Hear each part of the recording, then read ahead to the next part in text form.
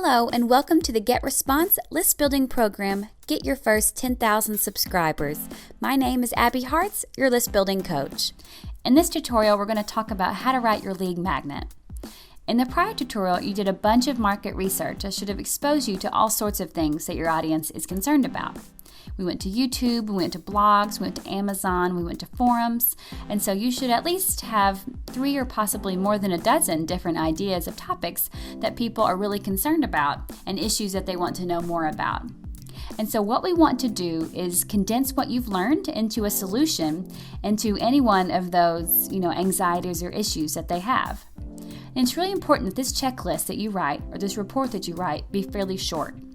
This is an extremely common way that people get bogged down in their list building, is that they spend a month I even spent about 6 months working on a huge research report. You spend months like that writing your lead magnet, and the reality is that people don't want to read a lot, and they don't, want a book. They don't want to have to work too hard. They're really looking for you to distill the information that is available and give them their answers fast. And so, if you even took the time to run an A/B split test, and some people have, testing the 3-month-long report project versus a checklist that took them 3 hours to write, it is not uncommon for the checklist to actually outpoll a huge report. The checklist reports better. And so I want to spare you a month from writing a huge lead magnet, and we're going to do this in just 2 or 3 hours.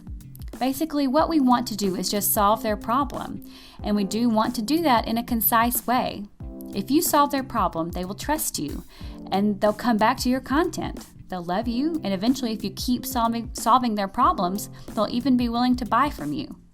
So what makes a good lead magnet? We've talked about how it is short, but let's quantify that. So, I'm looking for use when doing this too, but for all of us to write a lead magnet that is 2 to 5 pages long, and any more than that is really not necessary at this point. Another thing that you want to do is make it into a PDF when you're done. Making things into a PDF is really easy. You don't need to buy any software. You just go into either Word or Google Docs. When you go into print, you can choose Save As, PDF, and that's all you have to do. And it means that people can't manipulate your document as much. Another thing that is just important, as it mentions later, is that you want to add some information so that people can find you again. It is quite possible that if you do a good job with a lead magnet, that someone who subscribes to your email list will take that lead magnet and pass it along to another person. In marketing lingo, that could be called making it go viral. And so, if it does go viral, you want to make it easy for people to find you, even if all they have is that little PDF. The next thing is to make it visual. This just makes it more likely to be read. It also makes people more likely to focus on what you've written for them. And so it just makes it easier to digest, basically, in terms of, taking in information. At the very least, you should be adding a logo. If you don't have a logo, head over to Fiverr and look it up. Do some searches for logo creation. You can get a decent logo created for $5 to $10 and probably a nicer one for like $20 to $30. There are a lot of people who make logos. And of course, photographs do help. There are a lot of free photograph resources. You want to search for copyright-free photographs or copyright-free images, and you can also have a graphic that illustrates an idea or a system. In marketing lingo, those are called infographics. And so if you've got a system or a concept that you can illustrate in some way, those are really valuable, and they can just be great for lead magnets. If you don't have an image editing software like Adobe Illustrator or Photoshop, don't hesitate to get out some magic markers and a piece of paper and draw the concept that you really want and then scan it and put it into the lead magnet.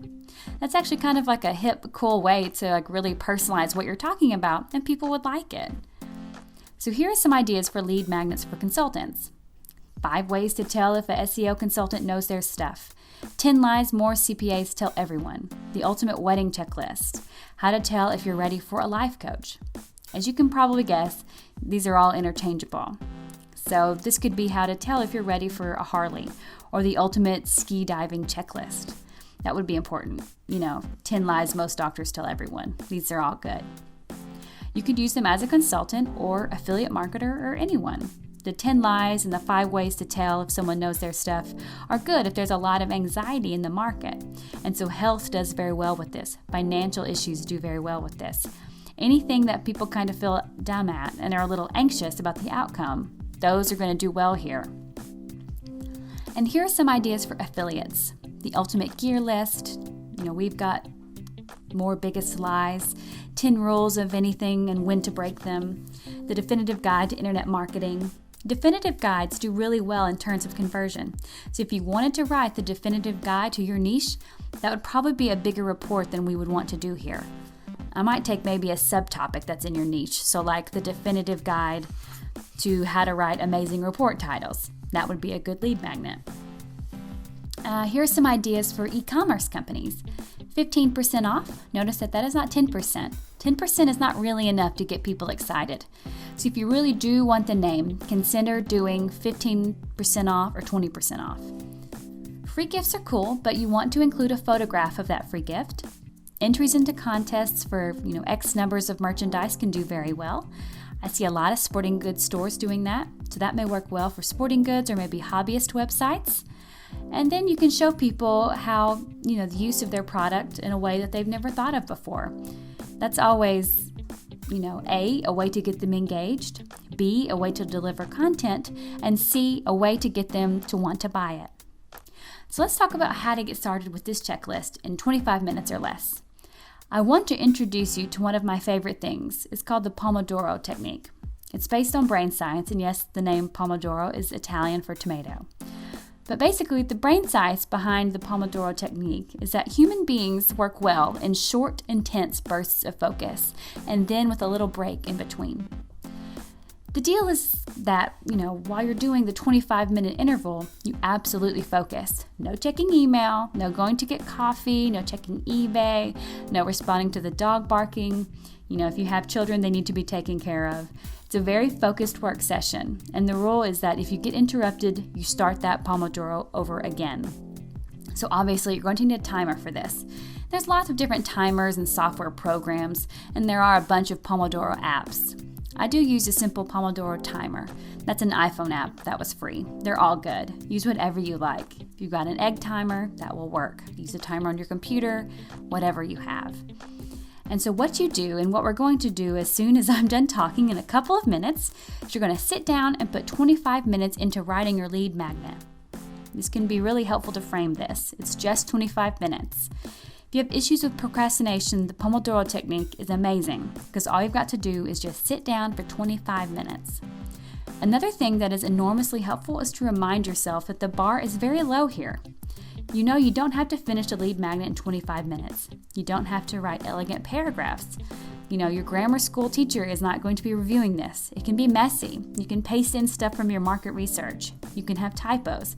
It is a free-for-all. Just get your ideas on the page. That's all we need from this. And so when you're done, take a little break. 5 minutes is a good break. If you still feel a little burned out, take maybe another 10-minute break. The thing is here, just don't lose your context.